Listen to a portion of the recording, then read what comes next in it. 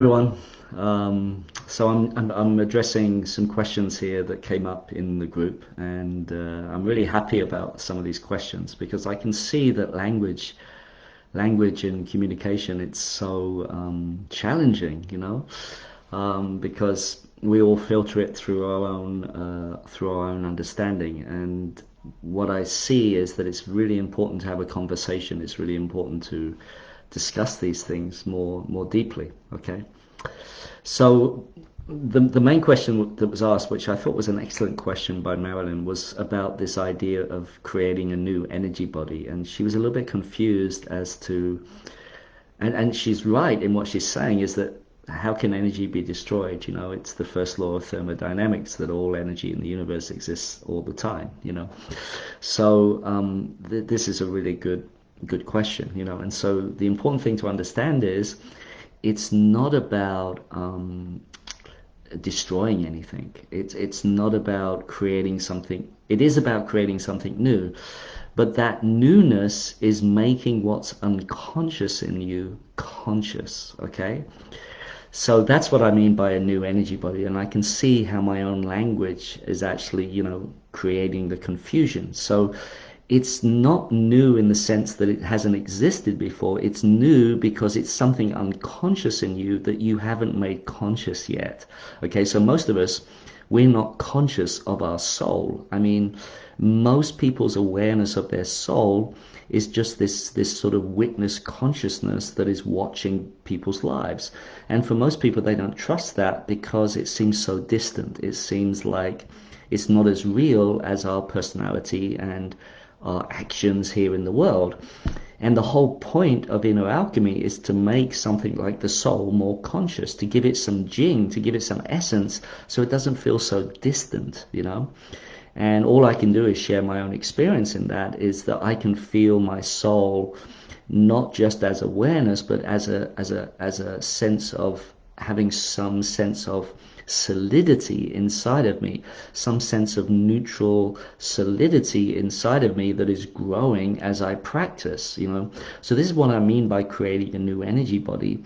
We're actually becoming conscious of things that are unconscious in us. Like, as I said, early heaven for most people is unconscious. I mean, just think about when you're in a relationship and something comes up in the relationship that you are unconscious of, right? And you have to deal with that. You have to digest that. So a new energy body is the ability to start to make conscious that which is unconscious inside of us, which is the whole universe, basically. It's the whole universe. When Jesus said the kingdom of heaven lives within you, he wasn't joking. That is the truth. But what he didn't give you was a way to integrate that. And that's what the Taoists were amazing at. Just practicing Wu Gong is going to start to bring up things inside of you that are unconscious. You're going to start to get much more in touch with these deeper dimensions inside of you. So just the regular practice is going to deepen your experience, and your energy body is going to change. It's going to get more neutral because the Yuan Qi is neutral. And Wu Gong is designed to enhance Yuan Qi inside of you. So I hope this answers the question. It's not about creating anything new. But it feels new. It feels like you're born again. That's why Jesus said, to enter the kingdom of heaven, you have to be born again. Yeah, it's like, for example, when I go in deep meditation and I have an experience of these deeper dimensions, it feels like a rebirth. I mean, there's so much energy there. There's so much life force. And when you touch that, or when you actually digest that, it feels like you're being nourished from some very deep level. And it's amazing. And this is why I love inner alchemy, because it gives you a clear map and a clear path of how to rebirth yourself. So most people, what happens is when we're born, we have this energy that's given to us by life, and we spend it. We're spending it with our thoughts, we're spending it with our actions, we're spending it, spending, and we're not going back to where we got that energy from. This is the purpose of meditation. This is the purpose of alchemy, is to actually see that there's an unlimited source of energy inside of us, but we're so focused on the senses and the outer world that we're spending it all the time. No wonder we get tired.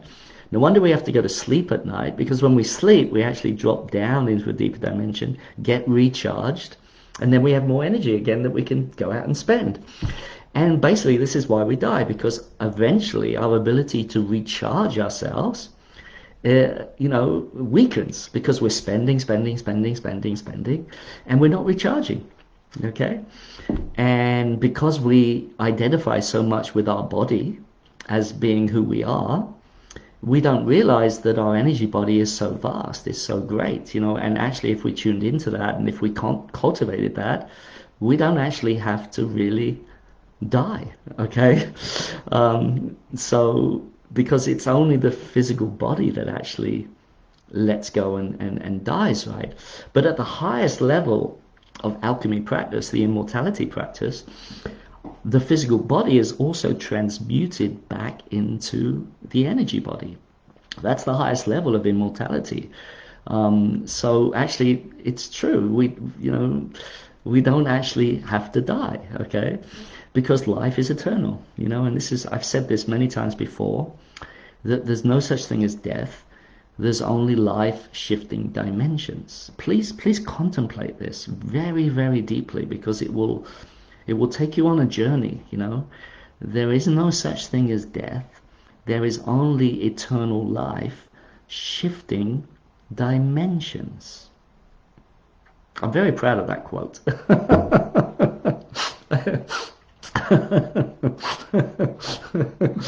It's one thing to say it, it's another thing to actually live it, and that's my experiment. I'm experimenting with that, I mean, I feel alive, because of all my alchemy practice, I mean, I hope you can see it. I'm 63, I remember my mother telling me when I was in I think it was my late 50s, and I was so excited about life, and my mother said to me, she goes, people at your age, Andrew, they're really thinking of retiring, In other words, they're thinking about dying, And I don't feel like that at all, I mean, so, and the reason is, and Taoists are known legendary for this, for long life, for vitality, even in what we consider, old age, right?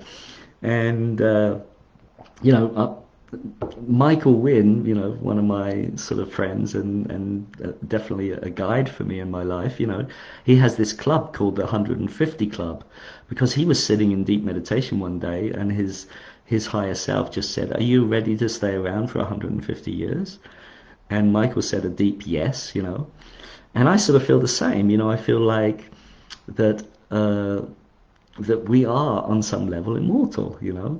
It's just that we're so focused on the outside, and this is what inner alchemy is all about.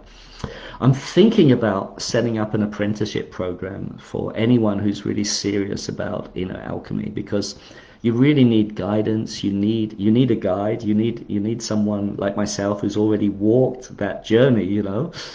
And so I'm really contemplating a year-long apprenticeship program, and at the end of that, I would sort of, you would have this ability to actually guide others in inner alchemy. And so I'm really deeply contemplating this but I really want people that are very dedicated to it, so it's not for anyone.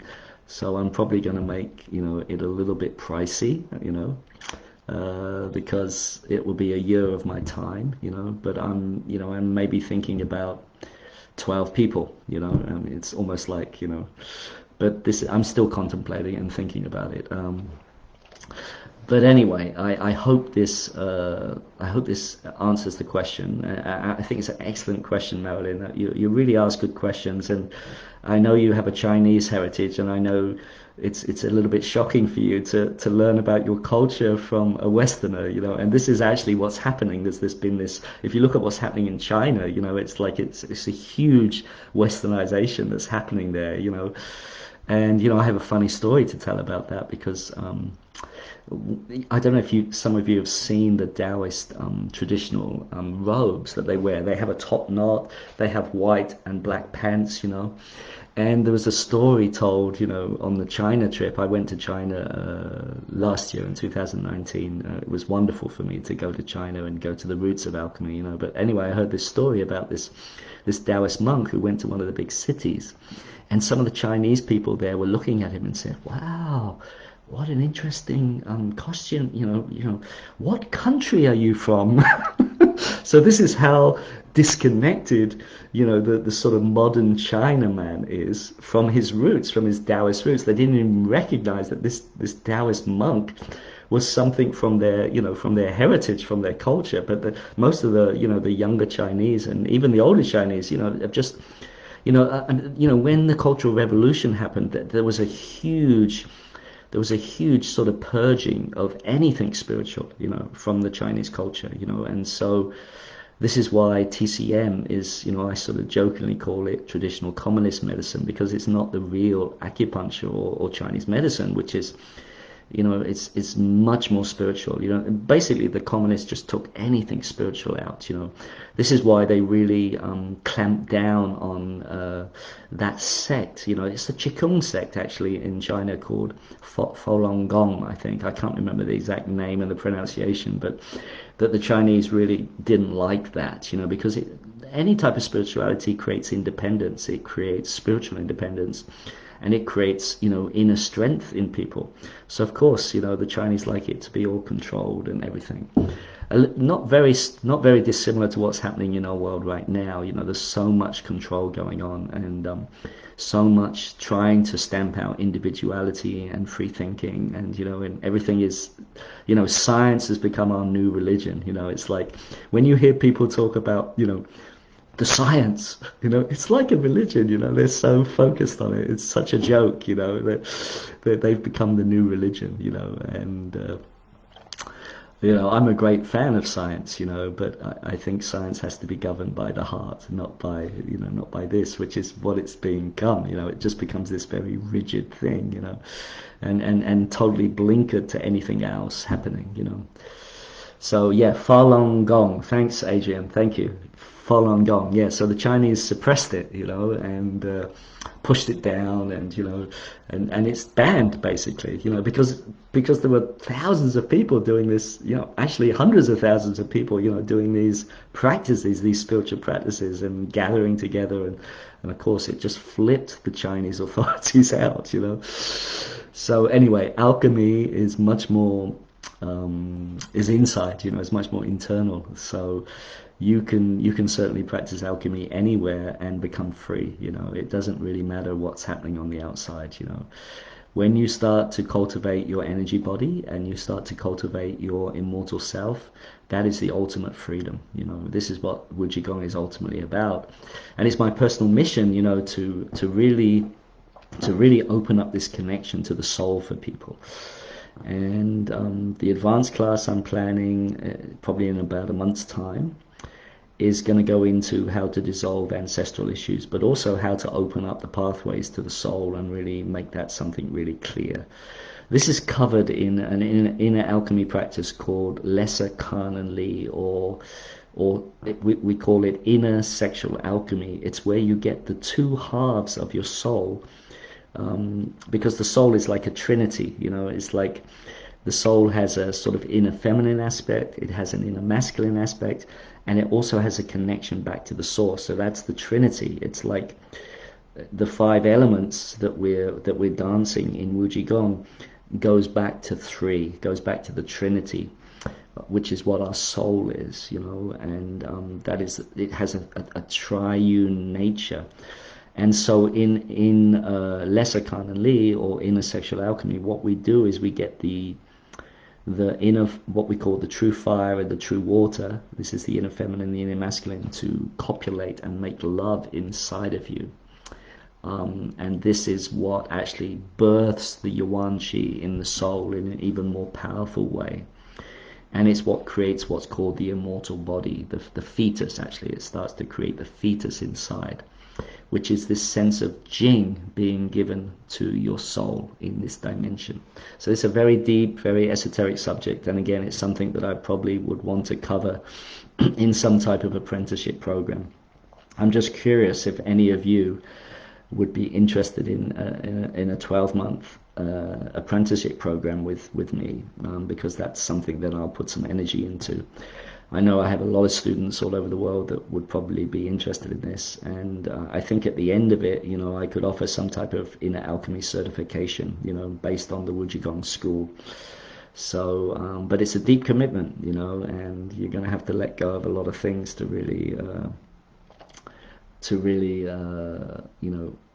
dive into that path. But it's something that I would highly recommend. It's definitely the most freeing path I've experimented with a lot of paths. Some of you may know, I have a yoga background. My first introduction to spirituality was at the age of 21 with what's called a Shaktipat experience, or a Kundalini awakening. But the Taoist path has really been an integration path for me, and a solidifying path that has brought together my worldly life and my spiritual life in a really beautiful balance, and continues to do so.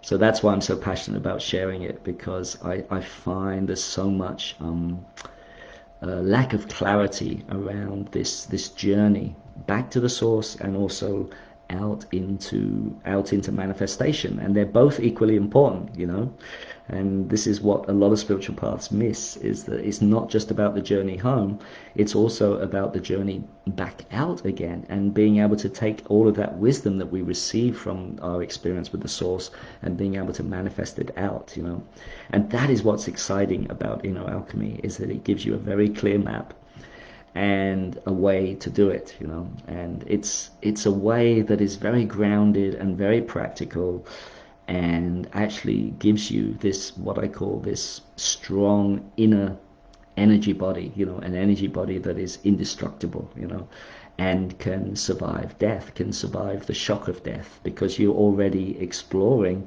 those deeper dimensions that are not conscious in you. So very grateful to Marilyn's question again. I think this is the second one she's asked that's really inspired me to dive deep. So feel free to comment if there's any questions. I think it's only one person watching right now, which is my friend Adrian, who is also an excellent inner alchemy adept, someone that's worked with me for quite a long time now, and is doing his own inner alchemy trainings with his own students. So I'm very happy about that, Adrian. Thank you so much for bringing inner alchemy to the Romanian people. So I think with that, if I don't see any other questions, I'll just say good morning to everyone. It's about 9 a.m. here in Romania. Probably it's very early in the States, but more reasonable in Asia. So hope you enjoy this little transmission, and see you all next Saturday when we're going to put on the final. We're just going to do a lot of, we'll do the whole form together and do a lying down, and we're going to just dive it to the Yuan Qi more. I want to explain why Wujigong is so powerful, because of its ability to cultivate Yuan Qi. So I hope all of you are enjoying this journey, and I hope you're getting a lot out of it. I know I am. I'm really grateful to all of you for all your wonderful questions, and I just feel like I'm very happy that we're doing this. So lots of love, everyone, and take care. Okay. Bye bye.